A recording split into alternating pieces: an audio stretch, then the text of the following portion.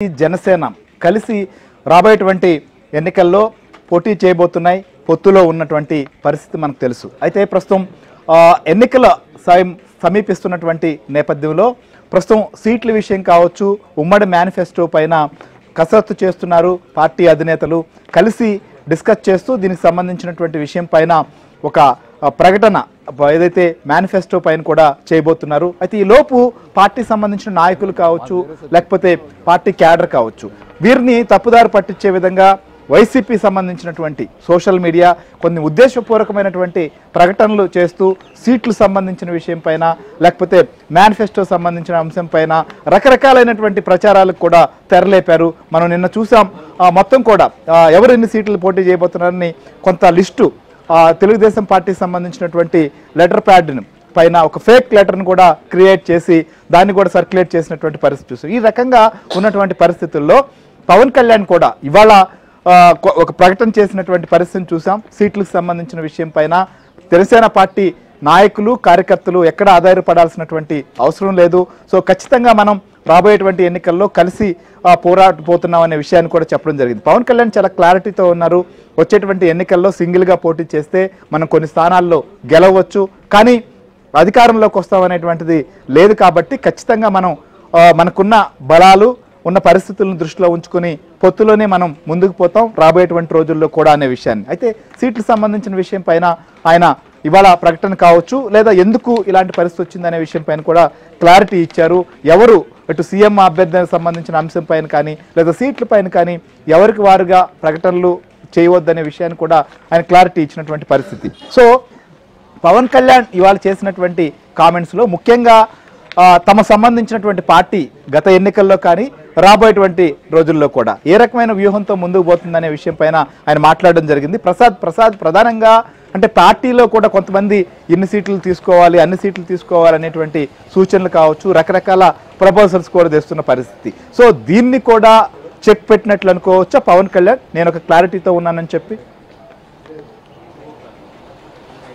శ్రీహరి, ప్రధానంగా పవన్ కళ్యాణ్ ఈరోజు చాలా స్పష్టంగా తన అభిప్రాయాలు చెప్పారు. ఎందుకంటే ఆయన చేసిన ప్రసంగంలో కేవలం ఈ పొత్తుకు సంబంధించి లేదా సీట్లకు సంబంధించి రెండు అంశాలే ప్రధానంగా ప్రచారాస్త్రాలుగా మారినప్పుడు కూడా ఆయన ఇతర అంశాలు కనుక పరిశీలిస్తే తాను ఏ విధంగా పనిచేయాలి, ఎక్కడెక్కడ ఎలా ప్రచారం చేయాలి, ఎన్ని సీట్లు తీసుకోవాలి, ఆ సీట్లో ఎట్లా ముందడుగు వేయాలనే అంశాలపై కూడా నాకు ఒక స్పష్టత ఉంది.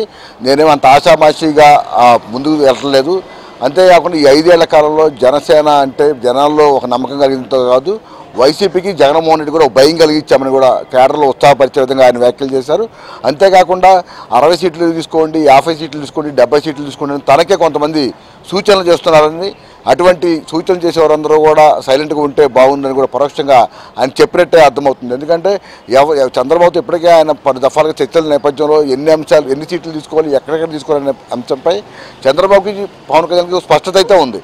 అది బహిరంగంగా వెల్లడించకపోయినప్పటికీ కూడా, కానీ చాలామంది ఇష్టాంతరంగా ఇటు టీడీపీ కావచ్చు, ఇటు జనసేన కావచ్చు, ఈ ఇద్దరు కాకుండా మధ్యస్థంగా వైసీపీ నాయకులు, వైసీపీ అనుకూల వర్గాలు ట్రోల్ చేస్తున్న మాయలో కూడా పడవద్దని కూడా ఆయన హితవు పలికినట్టు కూడా మనకు స్పష్టంగా అర్థమవుతుంది. ఎవరైనా చెప్పినా పొత్తులపై అలాగే రాజానగరం, రాజోల సీట్లు ప్రకటించినప్పటికీ కూడా పొత్తు ధర్మాన్ని మాత్రం తాను వీడేది లేదు, పొత్తుతో వెళ్తున్నాము, స్థానిక సంస్థల ఎన్నికల్లో కూడా వెళ్తున్నాము అని ఆయన స్పష్టత కూడా ఇచ్చారు. కానీ ఈ అంశాలను కూడా మరుగున పడే విధంగా పొత్తు విడిపోతుంది, చంద్రబాబు వ్యతిరేకంగా వ్యాఖ్యలు చేశారని కేవలం 2 పాయింట్లని ప్రధాన స్థలాలుగా మార్చుకుంటారు. అంతేకాకుండా మీరు చెప్పినట్టుగా నిన్న మొన్న చూసాం, జనసేన 60 నుంచి 70 సీట్లకు పోటీ చేస్తుందని స్వయంగా అచ్చెన్నాయుడు పేరుతోనే లెటర్ విడుదల కావడం, దానికి ఫేక్ అని చెప్పి తెలుగుదేశం పార్టీ అధికారికంగా ప్రకటించినప్పుడు కూడా మాజీ మంత్రి పేరు నాని వంటి నాయకులు ఆ లేఖల అంశాన్ని ప్రధానంగా తన అనుకూల మీడియాలో ప్రధానంగా ప్రస్తావిస్తూ వాళ్ళే కొట్టుకుంటున్నారు అంటూ చేసిన ప్రకటన కూడా మనం గమనంలో తీసుకోవాలి. అంటే ఉద్దేశపూర్వకంగానే ఫేక్ లెటర్ తయారు చేసేది వైసీపీ అనుకూల వర్గమే, దానికి మళ్ళీ గొడవలు మొదలైనని చెప్పి ప్రచారం చేసేది వాళ్లే. ఈ అంశాలన్నింటినీ నేపథ్యంలోనే ఈరోజు పవన్ కళ్యాణ్ తన కేడర్కి స్పష్టంగా ఇటువంటి మాయలో ఎవరు పడొద్దని కూడా చెప్పినట్టు కూడా తెలుస్తూ ఉంది. చిన్న పొరపచ్చాలు ఉన్నా కూడా క్షేత్రస్థాయిలో కావచ్చు, అధినాయకత్వంలో కావచ్చు, తాము చూసుకుంటాం తప్ప ఎవరు కూడా రోడ్డు ఎక్కద్దు, అలాగే వాళ్ళ మాయలో మాడి ఇష్టానుసారంగా ఎవరు కూడా పోస్టింగ్ కూడా పెట్టవద్దని కూడా చెప్తా ఉన్న పరిస్థితి. ఎందుకంటే ఇటీవల చూస్తాం మనం, వైసీపీ నాయకులు ఎటువంటి పోస్టింగ్లు పెట్టినా, వాళ్ళ అనుకూలం ఎటువంటి పోస్టింగ్లు పెట్టినా, అసభ్యంగా పెట్టినా, దూషించినా ఎక్కడ కేసు కాదు కదా, కనీసం చర్యలు కూడా లేవు. కానీ టీడీపీ కావచ్చు, జనసేన జనసేన కావచ్చు ఎటువంటి పోస్టింగ్లు పెట్టినా వాళ్ళ కౌంటర్ ఇచ్చినా కూడా వెంటనే సిఐడి కావచ్చు స్థానిక పోలీస్ స్టేషన్ కూడా నాన్ బెయిలబుల్ సెక్షన్ల కింద కేసులు పెట్టి అరెస్ట్ చేసిన అంశాన్ని కూడా మనం పరిశీలిస్తాం. ఇవన్నీ కూడా పవన్ కళ్యాణ్ దృష్టిలో పెట్టిన నేపథ్యంలోనే ఈరోజు ఆయన సభ వరకు దాదాపు అరగంట పైగా మొత్తం ప్రసంగంలో కేవలం ఒక 5 నిమిషాల ప్రసంగాన్ని మాత్రమే మొత్తం ప్రచారాస్త్రంగా మార్చి మొత్తం దానికి అనుకూలంగా మార్చుకుంటూ టీడీపీ జనసేన మధ్య ఏదో విధంగా గొడవ సృష్టించాలి, పొత్తు ధర్మాన్ని వీడిపోవాలని కూడా చేసిన ప్రయత్నంగా కనిపిస్తూ ఉంది. కానీ పవన్ కళ్యాణ్ మాత్రం చాలా స్పష్టంగా ఉన్నారు. కేంద్రం కూడా స్పష్టమైన సంకేతాలు కూడా ఇచ్చిన పరిస్థితి. ఎవరు కూడా ఎక్కడ విభేదాలు పడద్దు, సీట్ల సర్దుబాటుకు సంబంధించి కానీ ప్రచారాస్త్రాలు కావచ్చు జనాల్లోకి తీసుకెళ్లే అంశాలపై కూడా ఇప్పటికే దిశానిర్దేశం చేశారు. ఆయా క్షేత్రస్థాయిలో నాయకులకు పనిచేయడంతో పాటు పెద్ద పెద్ద సభల్లో చంద్రబాబు తాను స్వయంగా పాల్గొంటాము, వేదికలు కూడా త్వరలో ఖరారవుతున్న నేపథ్యంలో ఎవరు ఎక్కడ గొడవలకు వెళ్ళొద్దు అని స్పష్టంగా చెప్పినట్టు కూడా మనకు తెలుస్తూ ఉంది. ఈ అంశాలన్నింటి కూడా మరుగున పెట్టే విధంగా కొంతమంది చేస్తున్న ప్రచారానికి అలాగే తన కొంతమంది నాయకుల హోదాలో వచ్చి ఇస్తున్న సూచనలు కావచ్చు, వినతి పత్రాలు కావచ్చు, ఇవన్నీ వీళ్ళకి కూడా పరోక్షంగా కౌంటర్ ఇచ్చినట్టు. ఎందుకంటే తాను అన్నీ తెలుసు, అన్ని అంశాలు నేను చంద్రబాబుతో మాట్లాడాను కాబట్టి భవిష్యత్తులో ఏ విధంగా ముందుకు వెళ్ళాలి అనే అంశాలపై కూడా ఆయన చెప్పారు. మరో అంశం కూడా ఈరోజు షర్మిల అంశాన్ని కూడా ఆయన ప్రస్తావించడం జరిగింది. సొంత చెల్లెల్నే ఇబ్బంది పెట్టి వదలని జగన్మోహన్ రెడ్డి తెలుగుదేశం పార్టీని కానీ జనసేన పార్టీని ఎందుకు వదులుతాడని కూడా మీరు భావిస్తున్నారు. కాబట్టి వైసీపీ విముక్త ఆంధ్రప్రదేశ్ ద్వారానే రాష్ట్రానికి ప్రజలకు మేలు జరుగుతుంది, దానికి నేను కట్టుబడి ఉన్నాను కాబట్టి అందరూ అదే విధంగా నడవండి అని తేల్చి చెప్పినట్టు కూడా మనకు అర్థమవుతుంది. ఏదేమైనా కూడా ఈరోజు పవన్ కళ్యాణ్ చేసిన ప్రకటనలు మాత్రం అందరికీ ఒక విధంగా వైసీపీకి కావచ్చు, టీడీపీ కావచ్చు, జనసేన కావచ్చు అన్ని పక్షాలకు కూడా పరోక్షంగా హెచ్చరికలని కూడా మనం అనుకోవాలి. అందరూ కలిసి పనిచేయండి, రాష్ట్రానికి మంచి చేయండి, ప్రజలకు మేలు చేసేలా వ్యవహరించండి, ఇష్టం లేని వాళ్ళు వెళ్ళిపోండి, ఇది ఆయన ఓపెన్గా చెప్తున్న మాట. అదేవిధంగా ఇదే పరిస్థితుల్లో ఈ ఫేక్ లెటర్లు కావచ్చు, సోషల్ మీడియా వేదికగా పొత్తుని మధ్య గొడవలు పెట్టే విధంగా చేసే వాటిపై జాగ్రత్తగా ఉండండి, ఎవరు కూడా ఓపెన్గా రియాక్షన్ అవ్వద్దు, ఇబ్బందులు కొని తెచ్చుకోవద్దు. ఈ అంశాలన్నీ కూడా ఆయన స్పష్టంగా చెప్పినప్పటికీ కూడా కేవలం సీట్ల అంశాన్ని మాత్రమే ప్రస్తావించాలని కూడా అందరూ జనసేన నాయకులు టీడీపీ నాయకులు కూడా తప్పుపడతా ఉన్నారు.